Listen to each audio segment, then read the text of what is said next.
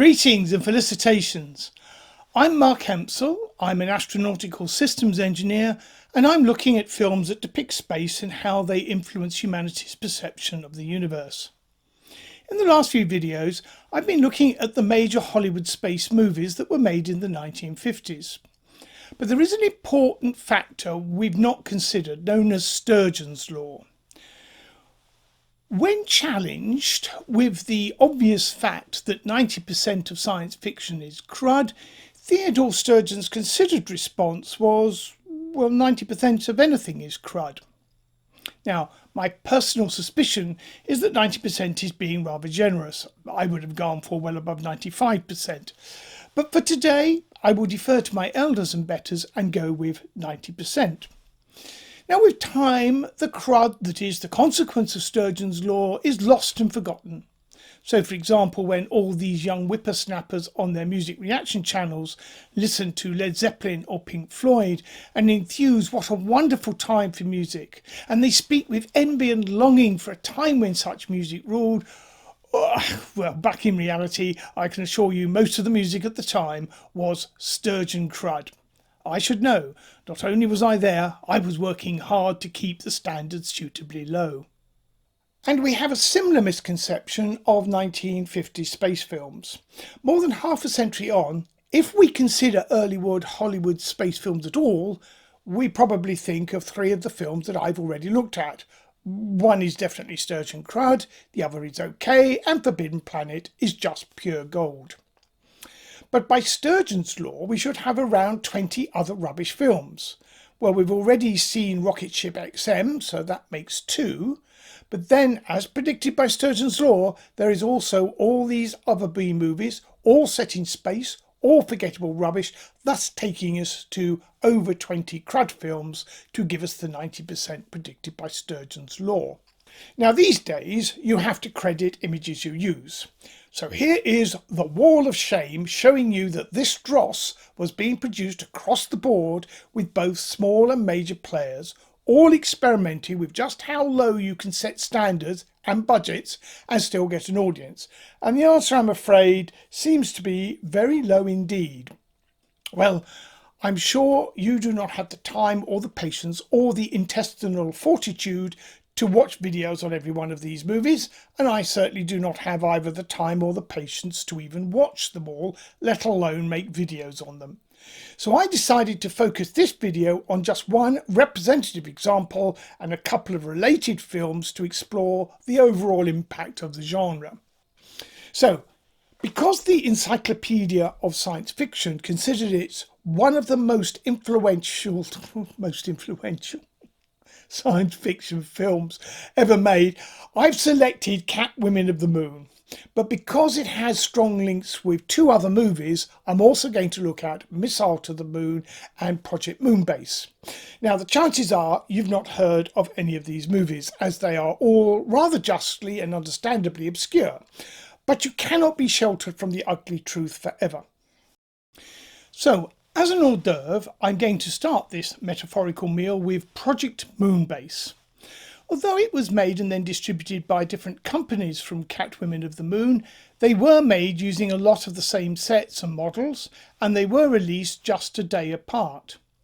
The first point of interest is that Project Moonbase is science fiction author Robert Heinlein's second involvement in movies after Destination Moon, and his influence is even stronger here. This round-the-moon flight is a necessary step before establishing a base on the moon. It's a survey flight. Maybe someday the statesmen will make military bases and military men unnecessary. If so, fine. But in the meantime, if there is going to be a base on the moon, and there will be, it's my business to see that it's in safe hands. So once again, we have a film about the first human mission to the moon, and it has much the same vibe as its bigger brother Destination Moon. And once again, the moon is argued as being important because it could be used as a base for missiles. Whereas in reality, the moon is an appalling location to base missiles intended for Earth. The story of this movie starts with a proposal for a TV series to be called Ring Around the Moon. Heinlein was approached by a producer called Jack Seaman with the idea for the show, and Heinlein agreed to lead the screenplay writing. As is normal, a pilot episode was commissioned, and it was actually halfway through its 10-day shooting run when the cast were told the TV show had been cancelled. It was no longer a TV show, it was going to be turned into a full-blown cinema release. And thus it came to pass that Project Moonbase ended up as essentially a much cheaper and sillier version of Destination Moon. The movie's story centres on what is planned to be the first flight around the moon to photograph it in preparation for the military moon base. So here is the mission commander getting her orders. Any more guff out of you and I'll turn you over my knee and spank you. If you do, I'll shout the whole place down. I might add that this room is soundproof. You wouldn't dare. You want to try me? No. Now, I'm not an expert on US military law and codes of conduct, but I am pretty sure that even in 1950s America, threatening a subordinate officer with a felony-level sexual assault was not condoned as the proper way to enforce military discipline. And anyway, as every true-born English gentleman knows, he's got it the wrong way round. It's the pretty woman who is supposed to be spanking the man. Stupid Yank.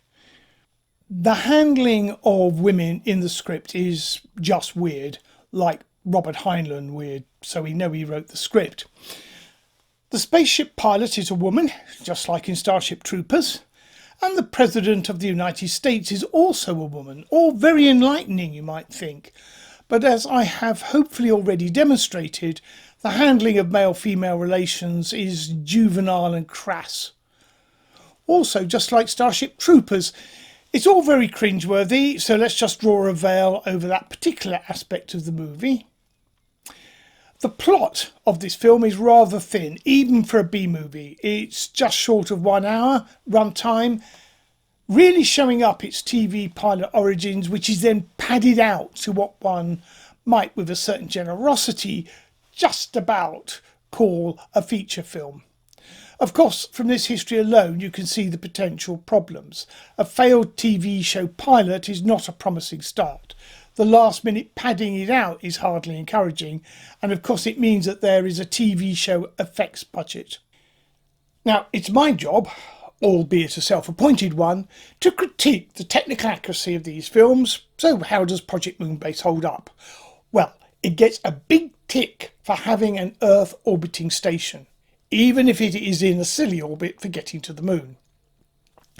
This is a good step to depicting a credible Earth lunar transportation infrastructure rather than just some magic rocket that can reach the moon from the Earth's surface and then get back. I think it's fair to say that this is foreshadowing 2001 here. And interestingly, from now on, movies that want to appear serious all employ an Earth orbiting space base as a way station to trips further out. We should also note that there are various specialist spacecraft. There's a V2-like Earth surface to orbit shuttle, and a very different and non-aerodynamic specialist lunar craft. Even though in reality, even this is still stretching things. Doing a low Earth orbit to moon surface and back in a single stage is just not possible with chemical propulsion. The only serious concept I know of that can do this mission is the Scorpion, and that uses advanced nuclear propulsion. And after studying the lunar infrastructure in detail, even I conceded this would not be as effective as specialist moon orbit to surface shuttles that use chemical propulsion with lunar manufactured oxygen. So even though the Scorpion is possible, it does not look like the best way to reach the lunar surface. Now, the depicted transportation architecture in this movie is further enhanced with a smaller uncrewed cargo rocket that features at the film's end delivering supplies, which is not a million miles away from the many one-way landers that are currently being developed to support the return to the moon initiative.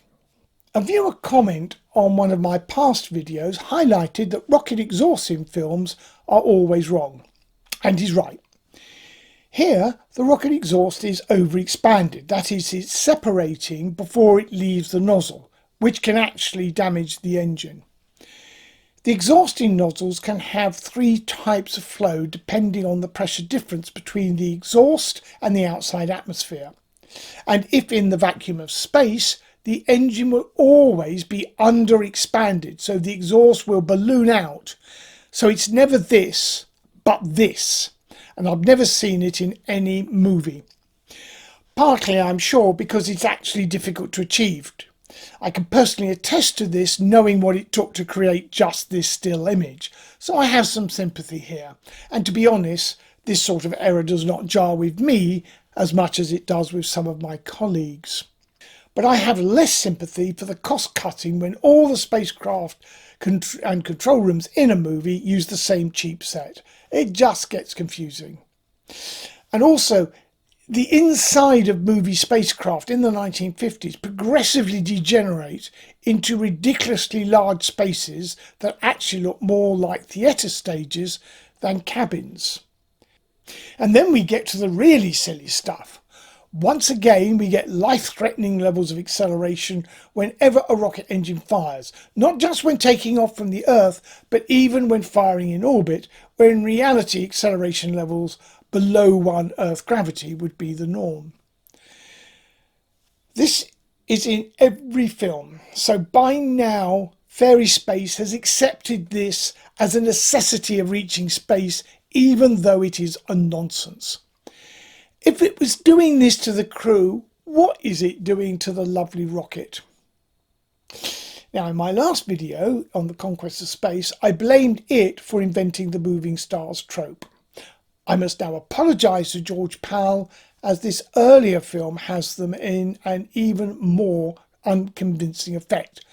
So I'm now blaming this movie for this ridiculous nonsense, and the comment section is available to you if you think there is an even earlier one.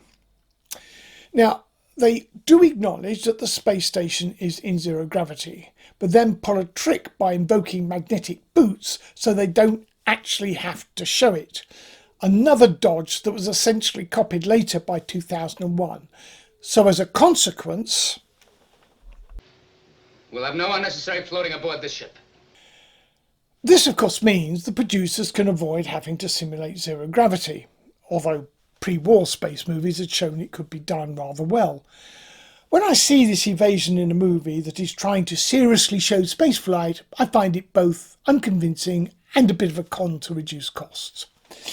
In Project Moonbase, the space station scenes look just weird, like an Escher painting, rather than helping us remember that we are in space.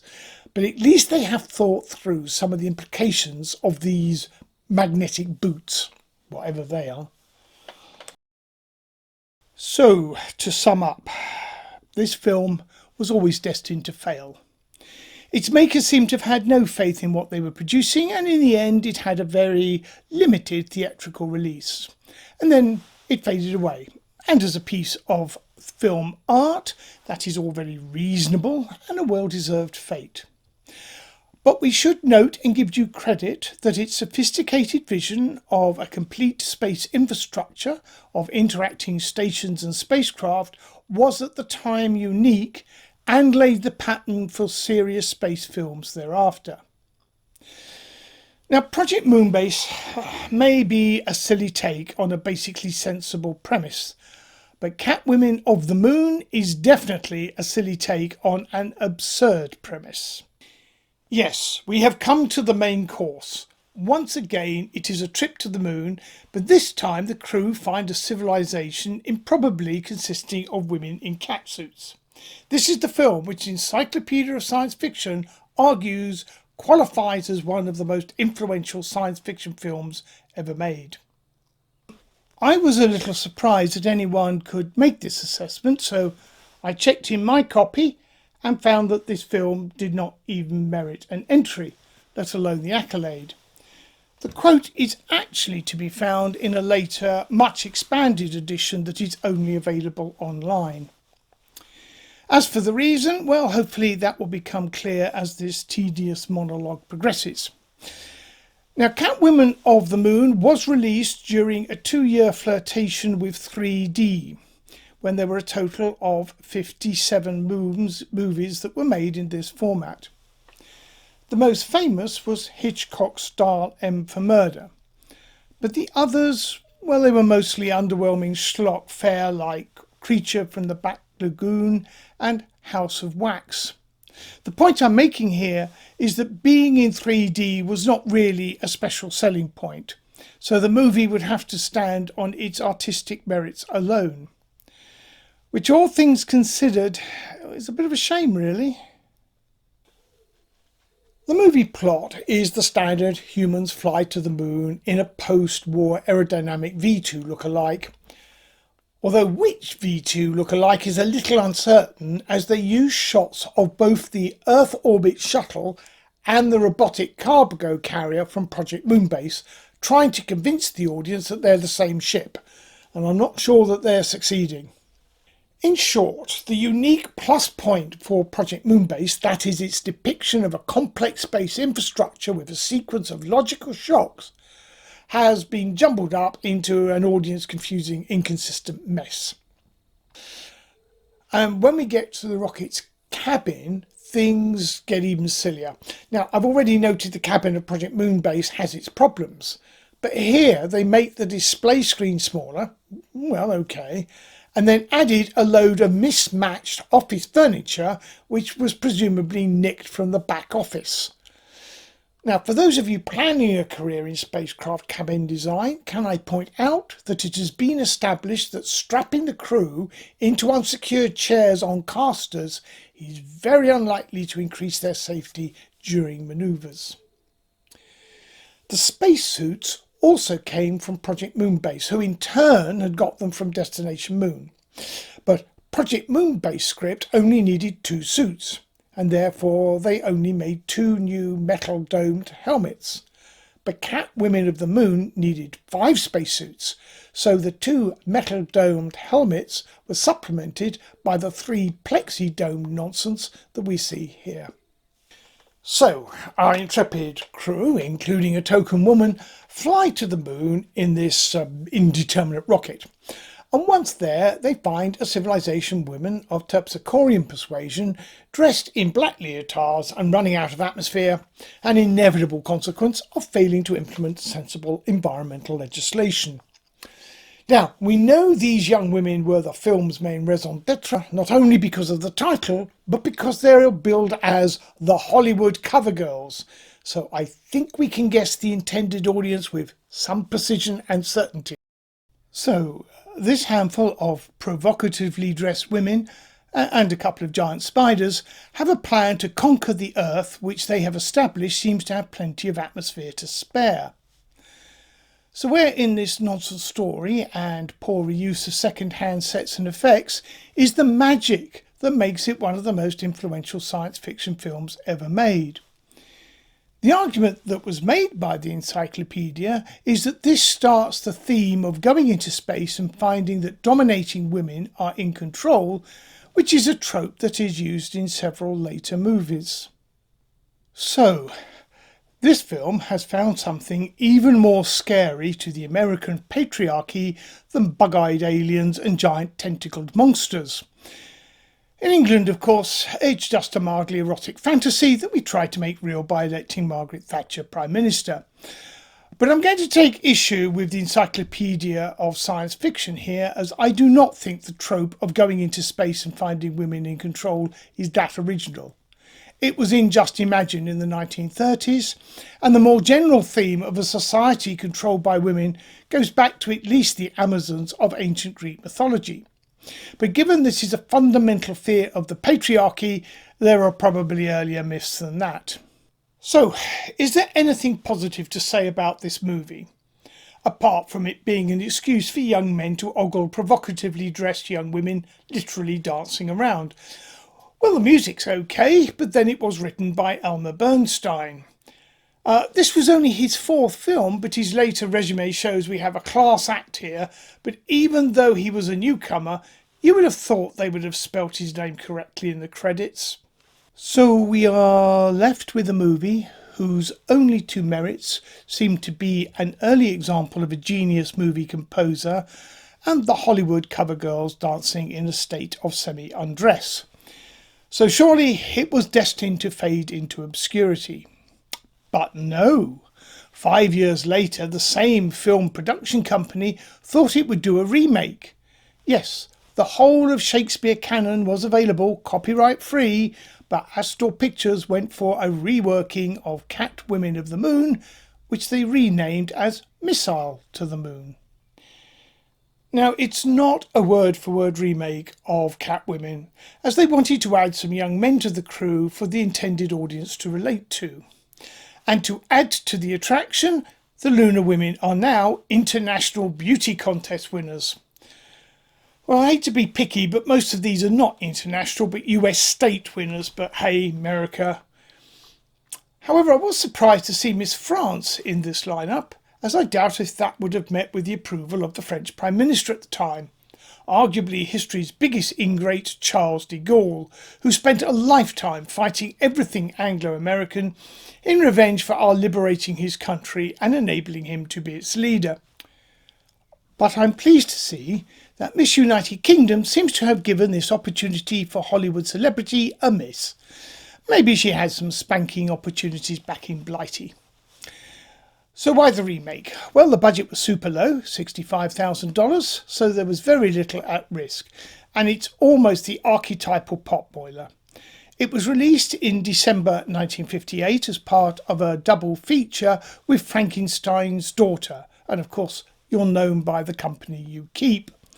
But in this case there seems to be some debate about which movie on the bill is dragging the other down. These very low budget movies are just padding in an overall programme, although one has to ask, in all this padding, where's the substance? They did not reuse any of the sets, costumes and models from Catwomen of the Moon, probably because none had survived the 5-year gap. So we have a new control cabin, but this time the office furniture is even tattier and gaffer taped together and looks like it was rescued from a skip. The external shots of the rocket are just stock footage of a V2, excepting this brief shot that is the giveaway that this had all been purloined from rocket ship XM. Interestingly, when landing on the moon, the searchlights and other ground infrastructure seem to be already there. It's almost as if they just ran the V2 footage backwards and then added a rocky foreground. Once on the moon, the spacesuits proved to be just jet fighter flight suits, barely credible, but more credible than the unconvincing rock monsters surrounded by a glowing sky, sedimentary rocks and scrub vegetation. And while on the subject of the not credible, we also have the unwelcome return of the killer asteroids in hunting packs trope. The technical dialogue is amongst the worst that I have come across, but I don't have enough time in this video to properly extract the urine as it deserves. Probably just as well, as it's such an easy target, it would simply be classed as unnecessary cruelty. But then we get to meet the alien lunar women. The scenes have much more in common with a 19th century French painting of oriental harems than with the pinnacle of separately developed biological, ecological and cultural processes. So this movie was inflicted on the public over a year after Sputnik 1, and it's depressing to realise that this great event had absolutely no impact on the space films being produced. You would have expected Hollywood fairy space to become more realistic once spaceflight itself had become real, but no, it's actually getting worse. But the story of Catwomen of the Moon does not end with this pathetic remake. It had one last grasp at achieving real cultural significance. Around 1990, two prominent and popular beat musicians, Siobhan Fahey and Dave Stewart, watched Catwomen of the Moon on television. I can only presume while completely rat-arsed, because why else would you watch it? They were so much struck with its artistic integrity and emotional depth that they came up with the inspired but very questionable notion of yet another remake, but as a musical. More surprisingly is that Miss Fahey stuck with this crazy idea when she had sobered up. And many songs were written for the project, and these ended up being the core of Shakespeare Sisters' second studio album, Hormonally Yours, including the stunning Stay, with a video that is now so beloved of reaction channels.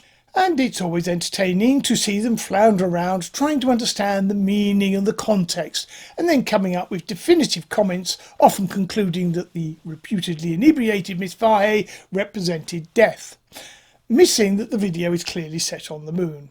Now, to be fair, the video was deliberately not a direct scene from the now abandoned movie project and was made ambiguous for the viewer to draw their own interpretation. But the Catwoman interpretation is still there, and with this thinking, she's definitely not deaf. It's a pity they didn't see the project through, because if the songs we do have and this video are anything to go by, it would have been far more aesthetically satisfied than the original, and indeed more contemporary space fantasies like Barbarella and Flash Gordon. But then again, it is likely any potential financial backers would have known that both those later films were so close to bombs that they only just avoided being loaded into B-52s. But it leaves us with an interesting parlour game. Take a group of friends, maybe a bit of alcohol, and then listen to Hormonally Yours and watch Catch Women of the Moon and try to match songs with scenes. It won't change the world or bring you any closer to God or improve your life in any way, but you will get to hear some great music.